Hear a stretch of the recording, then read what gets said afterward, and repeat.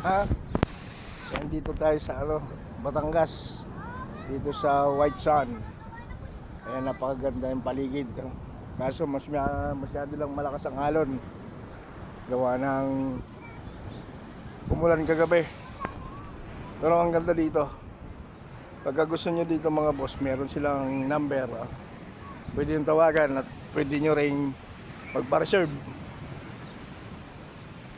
o magpa-book kayo. Ayan. Ang ganda lang yung kanilang cottage. So 1.5 lang idol yung kanilang cottage dito. Pagka wala kang cottage, bawal ka magdala ng alak kung ano man.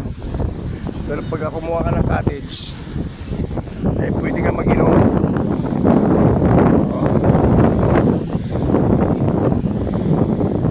So ito maganda.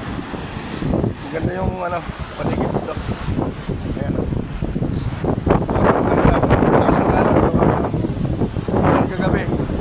So sa kanila, yung babantay. Mawawala rin ito pagka naglutay. Kasi ngayon malaki pa ang tubig. Kaya hindi pa umuupa yung alon.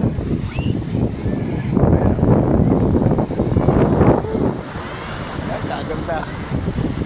Oo. Ayan o. Narito napakalinis. Talagang alaga talaga.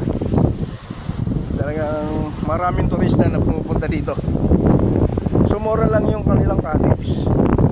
Cottage lang ang babayaran ninyo. Parking dito mga boss, 50. Pero sa pagligo wala nang bayad. Parking at cottage lang ang babayaran ninyo. So kung sinong gusto dito mga boss sa San Juan, dito nyo matatagpuan ang magandang resort.